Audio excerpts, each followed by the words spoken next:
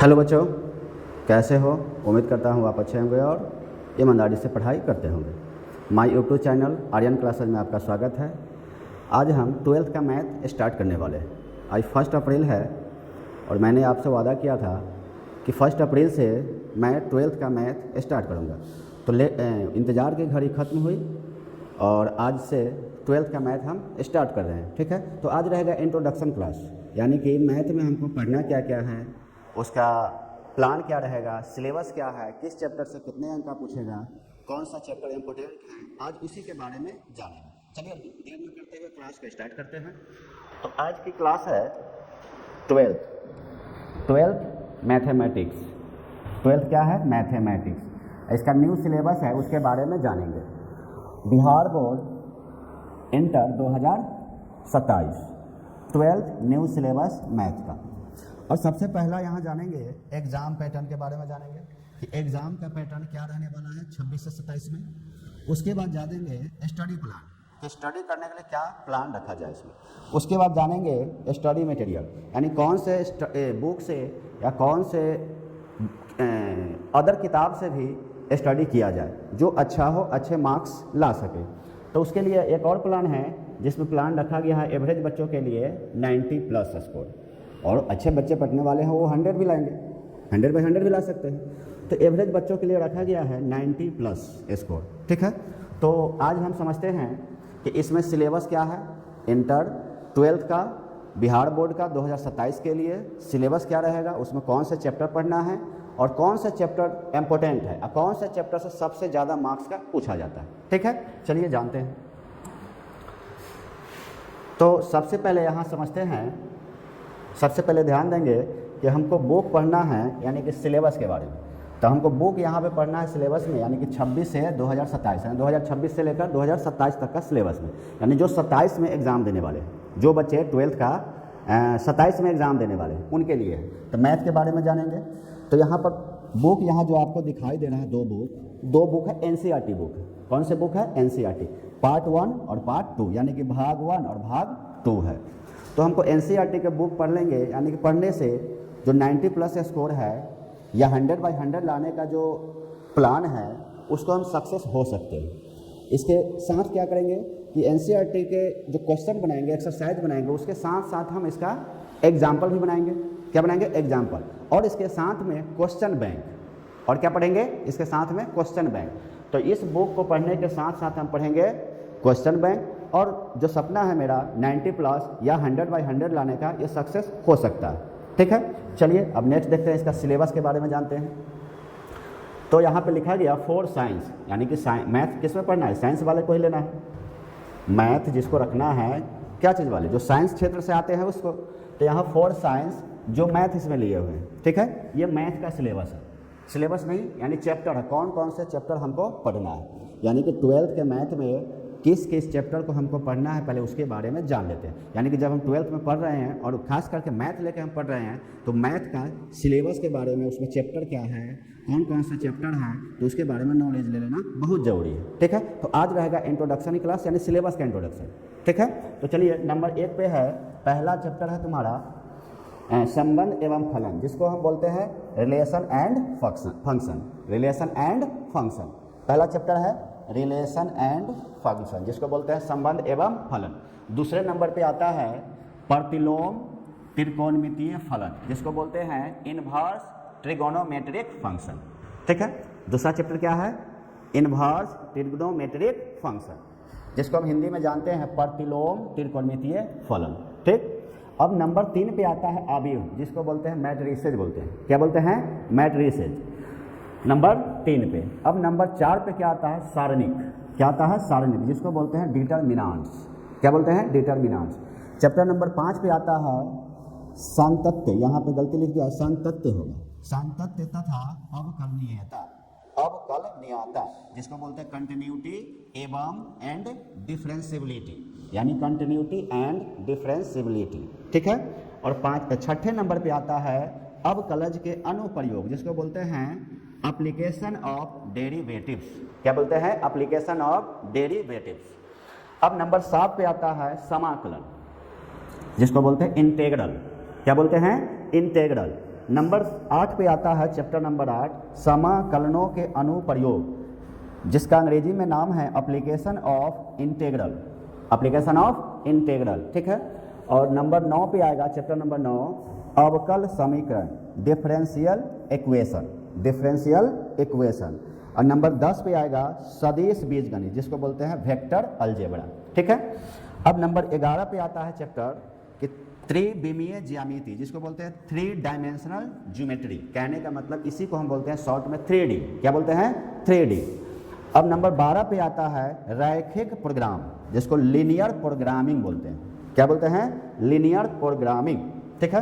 यहाँ स्पेलिंग में गलती कर दिया है, LINER होगा, ठीक है, LINEAR होगा, लीनियर होगा, मैं स्पेलिंग कर दिया टाइप करने में। अब लास्ट चैप्टर है 13 का प्रायिकता, जिसको बोलते हैं प्रोबेबिलिटी, जो हम लोग 9th 10th में भी पढ़ चुके हैं। तो ये आपका सारा चैप्टर हुआ जो आपको 12th में पढ़ना है। 13 चैप्टर। कितना चैप्टर? 13 चैप्टर। अब इसमें 13 चैप्टर है तो यूनिट में विभाजन किया गया है इसको, यानी कि जो एक जैसे चैप्टर है उसको एक ही यूनिट में डाला गया। तो कौन कौन सा यूनिट है और उस यूनिट से कितने नंबर का हमको एग्जाम में पूछेगा उसके बारे में जान लेते हैं, ठीक है। तो अब यहाँ जानेंगे यूनिट के बारे में। तो यूनिट फर्स्ट है जिसमें 2 चैप्टर पढ़ना है। यूनिट क्या में? फर्स्ट में। तो यूनिट फर्स्ट में हमको 2 चैप्टर, यानी कि यूनिट फर्स्ट है जिसमें 2 चैप्टर पढ़ना है। एक में संबंध एवं फलन, जिसको रिलेशन एंड फंक्शंस बोलते हैं, ठीक है। संबंध एवं फलन, जिसको हम क्या बोलते हैं? रिलेशन एंड फंक्शंस, ठीक। अब 2 नंबर में पढ़ना है दूसरा चैप्टर इसमें यूनिट 1 में प्रतिलोम त्रिकोणमितीय फलन, जिसको बोलते हैं इनवर्स ट्रिग्नोमेट्रिक फंक्शन, ठीक है। आइए हमको एग्जाम में कितने नंबर का आएगा दोनों चैप्टर से? 10 मार्क्स का।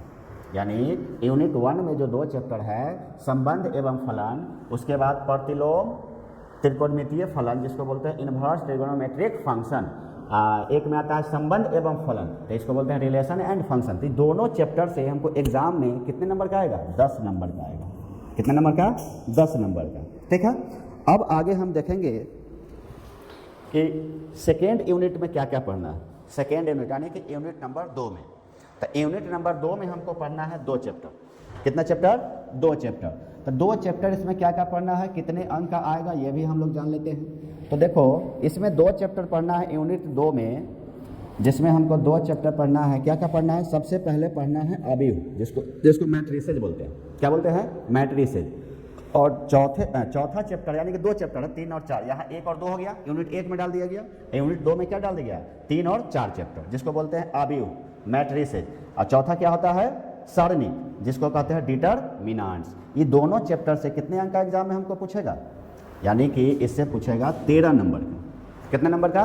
13 नंबर का, जिसको हम इसका नाम दिया गया है इस यूनिट में relation and functions. Relations and functions यानी यूनिट 2 को क्या बोला गया? Relations and functions. इसका भी नाम दिया गया है रिलेशंस एंड फंक्शंस। तो इसमें रिलेशन एंड फंक्शंस नहीं होना चाहिए, मेरे हिसाब से अलजेब्रा होना चाहिए। क्या होना चाहिए? अलजेब्रा। इस पार्ट को नाम दिया जाए किस नाम से? अलजेब्रा के नाम से। यानी कि यूनिट 2 में जो है ये दोनों चैप्टर अवयव और सारणी को अलजेब्रा पार्ट में रखा जाता है। किस में रखा जाता है? अलजेब्रा में। ये हमारे हिसाब से गलत लिख दिया है, प्रिंट गलत किया है, ठीक है। अब हम चलते हैं यूनिट, यानी कि देख लो यहाँ पे यूनिट 1 से 10 नंबर का, यूनिट 2 से 13 नंबर का, यानी 10 और 13 कितने? 23 नंबर का 2 यूनिट से आ गया। अब हम नेक्स्ट में चलेंगे कि नेक्स्ट में क्या है, यानी कि यूनिट 3 में कौन कौन से चैप्टर पढ़ना है। तो यूनिट 3 में यहाँ पे है सब में रिलेशन एंड फंक्शंस लिख दिया है। चलो उसको इग्नोर करेंगे। यहाँ पे हम समझेंगे यूनिट 5। यूनिट क्या पढ़ेंगे? 5 पढ़ेंगे। तो यूनिट 5 बोला, चैप्टर 5 है इसमें। यूनिट 3 में पढ़ेंगे यहाँ पे क्या? यूनिट 3 नंबर में है संतत्य तथा अवकलनीयता। ये संतत्य होगा, संतव्य लिख दिया। संतत्य तथा अवकलनीयता, जिसको बोलते हैं कंटिन्यूटी एंड डिफरेंशियबिलिटी। क्या बोलते हैं? कंटिन्यूटी एंड डिफरेंशियबिलिटी, ठीक है। अब इसमें नेक्स्ट चैप्टर पढ़ना है अवकलज के अनुप्रयोग, जिसको बोलते हैं application of derivatives. Application of derivatives. अब नेक्स्ट चैप्टर इसमें पढ़ना है यूनिट 3 में समाकलन। क्या पढ़ना है? समाकलन, जिसको बोलते हैं इंटीग्रल। क्या है? समाकलन, जिसको क्या बोलते हैं? इंटीग्रल बोलते हैं। क्लियर। अब नेक्स्ट है 8वां चैप्टर इसमें आ गया। तो समाकलनों के अनुप्रयोग जिसको बोलते हैं एप्लीकेशन ऑफ इंटीग्रल, समाकलन के अनुप्रयोग जिसको बोलेंगे क्या बोलेंगे, एप्लीकेशन ऑफ इंटीग्रल। ठीक, इसका लास्ट है इस यूनिट में 9वां चैप्टर अवकल समीकरण जिसको बोलते हैं डिफरेंशियल इक्वेशन। क्या बोलेंगे, डिफरेंशियल इक्वेशन। अब इस यूनिट से हमको कितने नंबर का पूछेगा एग्जाम में, यानी यूनिट 3 जो है यूनिट 1 से है कितना 10 नंबर का, यूनिट 2 से है 13 नंबर का, और यूनिट 3 से कितने नंबर का पूछेगा, देखो बहुत इंपॉर्टेंट है यूनिट 3 जिसे 44 नंबर का एग्जाम में पूछा जाएगा। ठीक है, कितना नंबर, 44 नंबर का। अब है यूनिट 4, यूनिट क्या है 4 है, तो यूनिट 4 में हमको पढ़ना है 2 चैप्टर, कौन कौन, सदिश बीजगणित एवं वेक्टर अलजेब्रा। इसको क्या बोलते हैं, वेक्टर अलजेब्रा, यानी सदिश बीजगणित को क्या बोलते हैं अंग्रेजी में, वेक्टर अलजेब्रा, जो आप लोग 11th क्लास में आप मैथ में भी पढ़े होंगे और फिजिक्स में भी पढ़े होंगे। ठीक है, अब इसमें दूसरा चैप्टर पढ़ना इस यूनिट में, चैप्टर नंबर 11 जिसको बोलते हैं त्रिविमीय ज्यामिति, 3 डायमेंशनल ज्योमेट्री, 3 डायमेंशनल ज्योमेट्री। तो हमको यूनिट 4 से कितने नंबर का पूछेगा, 17 नंबर का। तो कहने का मतलब अभी यूनिट 4 पढ़े, जिनमें से यूनिट 3 और यूनिट 4, 1 2 3 4, चारों यूनिट में से सबसे ज़्यादा इंपॉर्टेंट कौन है, यूनिट 3 और यूनिट 4। ठीक है, दोनों मिलाकर कितने नंबर का पड़ता है, 61 नंबर का। कितने नंबर का, 61 नंबर का। अब चलते हैं यूनिट 5 में क्या, आप लोग उम्मीद है मुझे कि आप लोग को अच्छे से समझ में आ रहा होगा और आप इसके बारे में अच्छे से समझ रहे होंगे कि कौन कौन से यूनिट से हमको इंपोर्टेंस देना है, उसको कौन से यूनिट को अच्छे से पढ़ना है। ऐसे पढ़ना तो टोटल है, अगर 100 में 100 करना है तो टोटल पढ़ना पड़ेगा अच्छे से। ठीक है, यानी एक तरीका से अगर कम समय में जो विद्यार्थी तैयार करना चाहते हो कि मैथ में हम ओनली पास कर जाए, तो उसके लिए 2 चैप्टर इंपॉर्टेंट है। कौन चैप्टर, यूनिट 3 और यूनिट 4, उससे 61 नंबर का आएगा। अब देखो यूनिट 5, यूनिट क्या है 5 है, तो यहाँ पे कुछ टाइप में गड़बड़ हुआ है, यूनिट 5 और 6 हो जाएगा। यूनिट क्या होगा, 5 और 6, पीछे यूनिट कितना था, यूनिट 4, यूनिट 3 और 4, तो यहाँ पे यूनिट 5 हो जाएगा, यूनिट कितना हो जाएगा 6 हो जाएगा। तो यहाँ ध्यान दो यूनिट 5 में क्या है, यूनिट 4 तक तो देख लिए, अब यूनिट 5 में देखो, यूनिट 5 में क्या पढ़ना है, रैखिक programming, linear programming, linear programming. इससे हमको कितना नंबर का पूछेगा, 6 नंबर का। कितना नंबर का, 6 नंबर का। ठीक है, बहुत मतलब छोटा सा चैप्टर है। और लास्ट इसका है यूनिट 6 है, ये 5 नहीं है, यूनिट 6 है। तो यूनिट 6 से हमको पूछेगा कितने का नंबर, देख लो 10 नंबर का, जिसमें प्रायिकता है, प्रोबेबिलिटी। क्या है, प्रोबेबिलिटी। तो ये हो गया आपका चैप्टर और सिलेबस कि हमको कौन सा चैप्टर पढ़ना है 12th में, और किस चैप्टर से अर्थात किस यूनिट से हमको सबसे ज़्यादा मार्क्स का आएगा, और किस यूनिट को सबसे ज़्यादा समय देना है और उसको कंसंट्रेट करके यानी कि पूरा ईमानदारी से पढ़ाई करना है। ठीक है, तो आई होप आपको ये बात समझ में आ गया होगा कि 12th में हमको क्या क्या इम्पोर्टेंट है और क्या क्या पढ़ना ज़्यादा ज़रूरत है, कौन से चैप्टर। तो ये बात तो आपको समझ में आ गया। लेकिन हाँ, बुक जो फॉलो करना है एनसीईआरटी और क्वेश्चन बैंक। क्या फॉलो करेंगे हम, एनसीईआरटी और क्वेश्चन बैंक। एनसीईआरटी का सारा एक्सरसाइज लगाएंगे, उसके साथ साथ उसका एग्जाम्पल भी बनाएंगे। क्या बनाएंगे, एग्जाम्पल, और उसके साथ में हम लोग क्वेश्चन बैंक को बनाते चलेंगे। ठीक है, मुझे उम्मीद है कि आज का ये क्लास जो इंट्रोडक्शन था सिलेबस के बारे में आपको अच्छे से समझ में आ गया होगा। अब नेक्स्ट डे से हम चैप्टर स्टार्ट करेंगे, यानी कि 12th का मैथ स्टार्ट करेंगे। आप लोग ईमानदारी से पढ़ते रहिए, और मेरे चैनल जो my YouTube channel Aryan classes है उसको शेयर, लाइक एंड सब्सक्राइब किया कीजिए, और अपने दोस्तों, अपने रिलेशन, अपने क्या बोलते हैं दोस्त यानी मित्र और दोस्त दोनों सेम ही होते हैं। तो बताइए कि एक मैथ की क्लास होती है आर्यन क्लासेज पे, यूट्यूब चैनल है, और उस पर गाइड कर रहे हैं विनोद सर। मेरा नंबर हुआ 9955562326। आप इस पर कॉन्टेक्ट भी कर सकते हैं। धन्यवाद। चलिए क्लास को एंड करते हैं।